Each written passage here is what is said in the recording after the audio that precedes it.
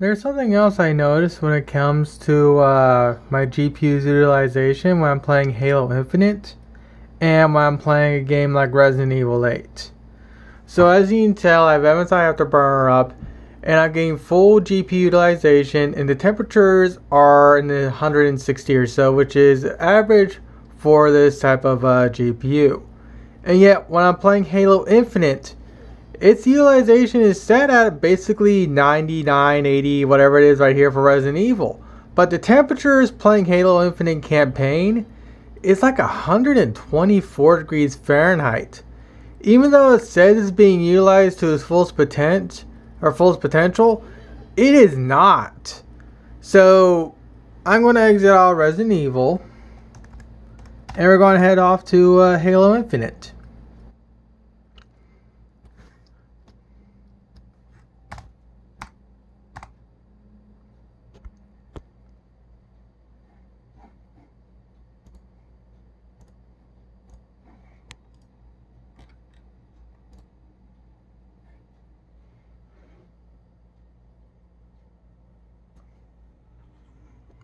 Luckily, the heatsink on my GPU can cool itself way down real quick. Unfortunately, I can't skip this.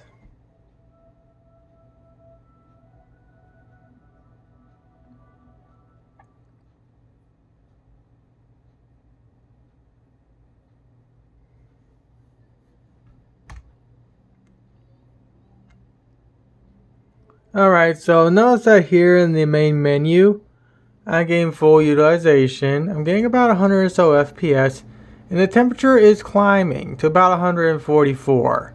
So what I'm actually going to do is I'm going to pause the video and let it sit for a bit. Alright, so it's more or less going to be idling at about what it is right now.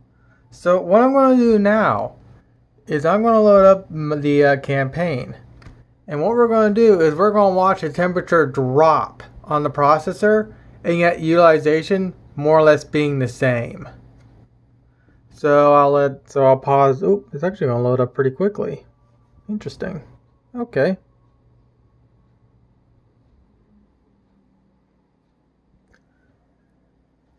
And notice now how it dropped to 133.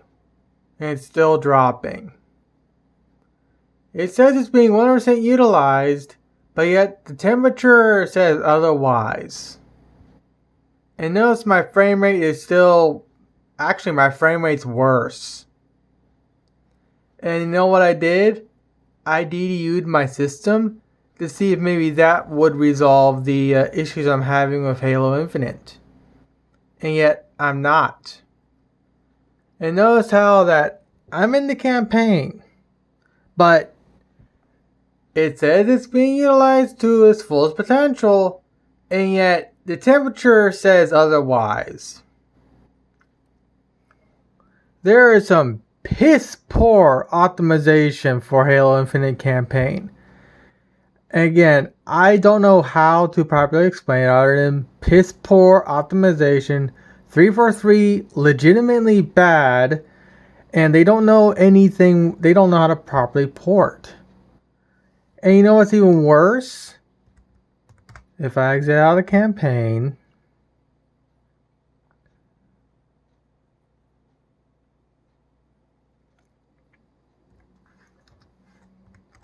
I go to multiplayer, I go bot match, let's see, where's bot matches on this stupid game? Training mode? Yeah, training mode. Notice how my temperatures are starting to rise again.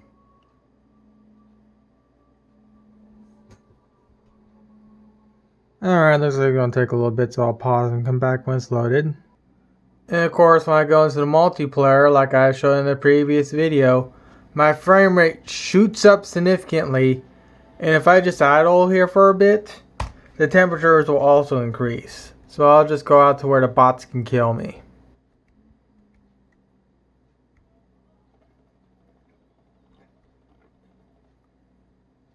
As you can tell, I'm in the line of fire and the bots are being stupid like they always are. But the temperatures are in fact increasing. They're not increasing as much as I would have thought they would, but they are increasing significantly more than they were in the campaign. And of course, also the frame rate is just so much better than the campaign. Also, I can easily I can easily make the card really hurt. I just go back to 4K internal resolution. So give me a second to do that. There we go. Respawn. Go back into the middle of the fight.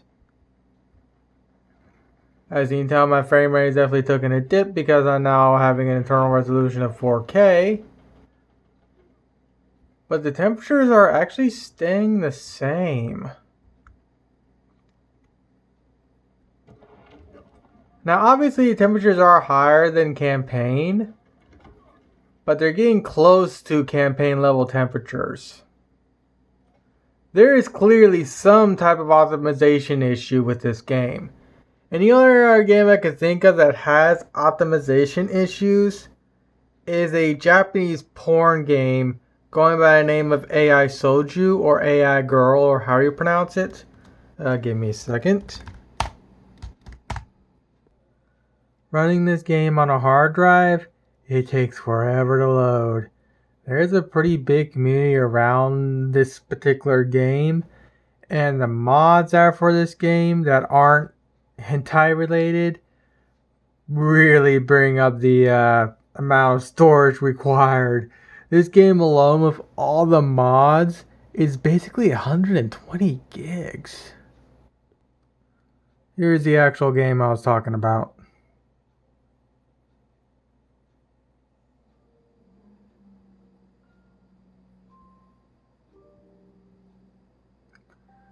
This game and Halo Infinite, when it comes to optimization, are basically one and the same. But with AI Girl, I start having issues when I add about more than 4 girls to the island. Once I start adding more girls, the frame rate just dies. I'll still get full utilization, but the temperatures will basically drop like Halo Infinite. Now this game here is running off Unity Engine 4. And since Unity Engine is so moddable, I'm fairly certain I can get some type of mod that fully optimizes this game to where it can handle more than 4 characters roaming the island at once. But I'm not going to do that for this video because this is more about Halo and its weird optimization issues. I just brought this game I only brought this game up because, again, this game more or less acts like a Halo Infinite when it comes to its weird optimizations. And of course, as you can tell right now, just in this little load screen right here, I'm getting about 121 FPS, full GPU utilization, and the temperatures are basically 151 degrees Fahrenheit. And of course, if I load into my island, give me a second, I can't use the enter key to navigate. So I'll pause, so I'll come back. So with the game loaded up, as you can tell, the utilization is not 100% anymore. The temperatures have gone down and the frame rate's gone into the 30s. You only have this one right here in Cortana, which is going off somewhere else. And that's with just 2 characters. This game has weird optimization issues also, but I'm still getting a playable frame rate. But once I start adding in more girls or add in housing into the game, the frame rate tanks.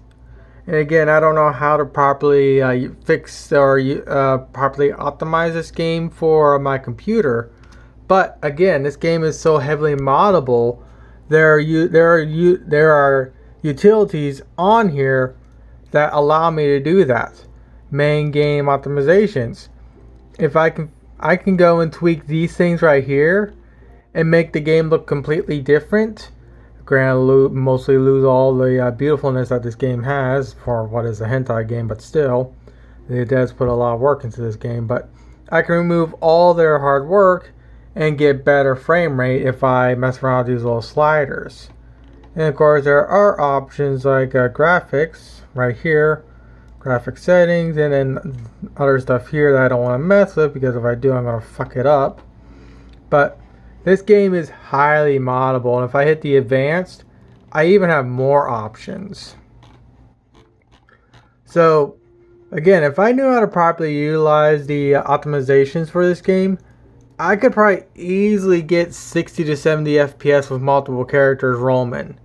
But like I said, I'm not going to do that for this video since this is more of me just kind of going over the fact that this game and Halo, like I said, are basically one and the same with weird optimizations.